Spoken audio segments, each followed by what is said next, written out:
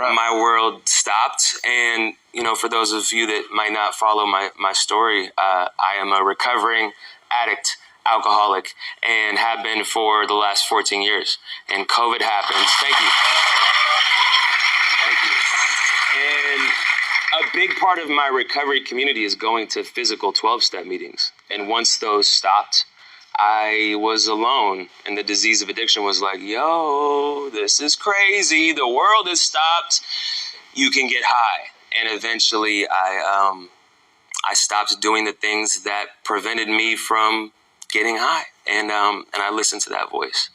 And it was a couple weeks of a relapse and very painful, and still working on trust issues with myself and within my, you know, close circle of friends. But it definitely was a reminder that whatever I put in front of my recovery will be the first thing that I lose. For me, it's not a linear path, right? It's not like, oh, once I realized that I had this, it's the one disease that tells you you don't have a disease. And I am doing my best, and I'm making mistakes, and there's some in the future too, somewhere along the line, in some capacity in my life, but I want to be able to share that with the people that I love and that have followed me. What's good, YouTube? It's Coffee, back with the news, man. And you know, we see a lot of negative things put out there into the blogosphere, always. That's a fact, Jack. You can take that to the bank, right?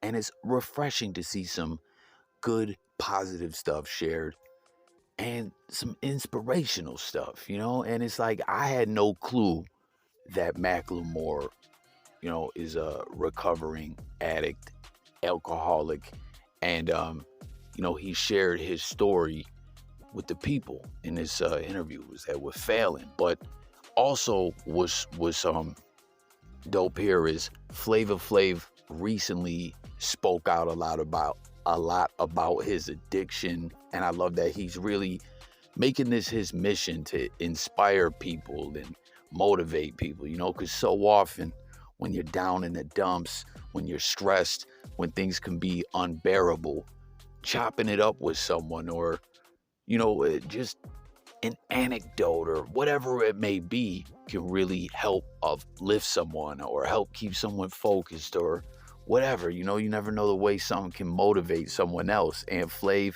has really been using his social media to keep sharing with people.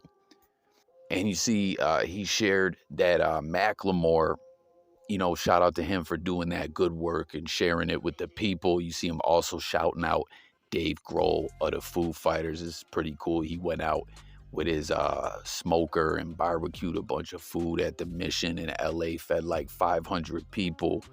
That's lit, man. You know, he took time out to give back.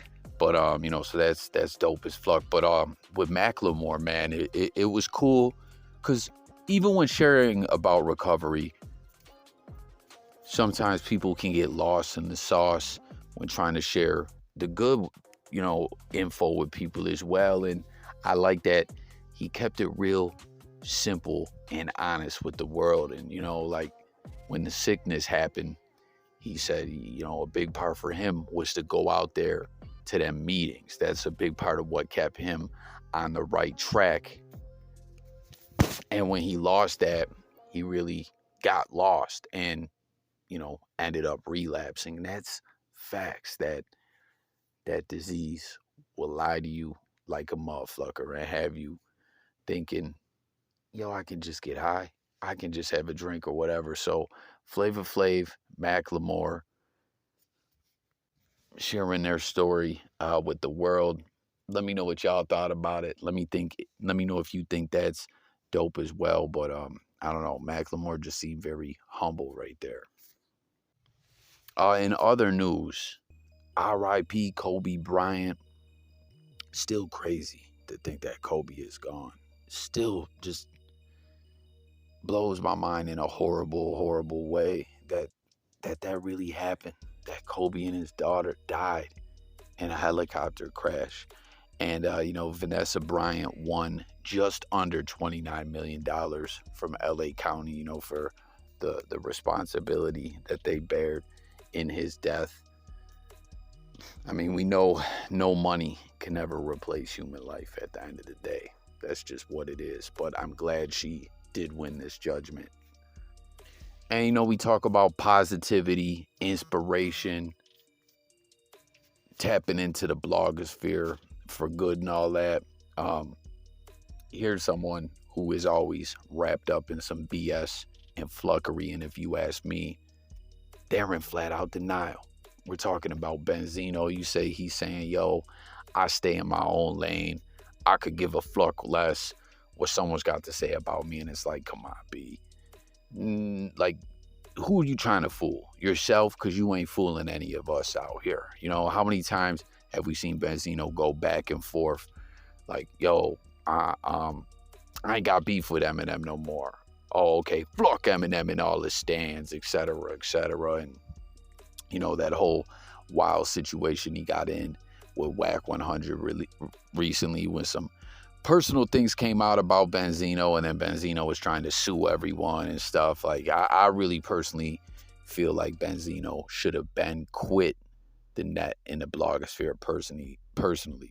You let me know what you think, but it's like, Benzino, well, what's even the point of this post, man? Cut it out, man. Just stay off the web, man. Go run your seafood restaurant for real. Stay, like, why do you always, he's hooked into the blogosphere. He's always got to come back, and I don't know, man. It's always all bad. But that concludes the news on this one, guys. Thanks for watching. Don't forget to sub up. Stay tuned for more videos. It's Jay Coffee Talk, talking music, news, sports, current events, life, and much more. And I always want to hear from y'all, the people. Thanks for watching. I'm about your guys. Let's talk in them comments. Peace.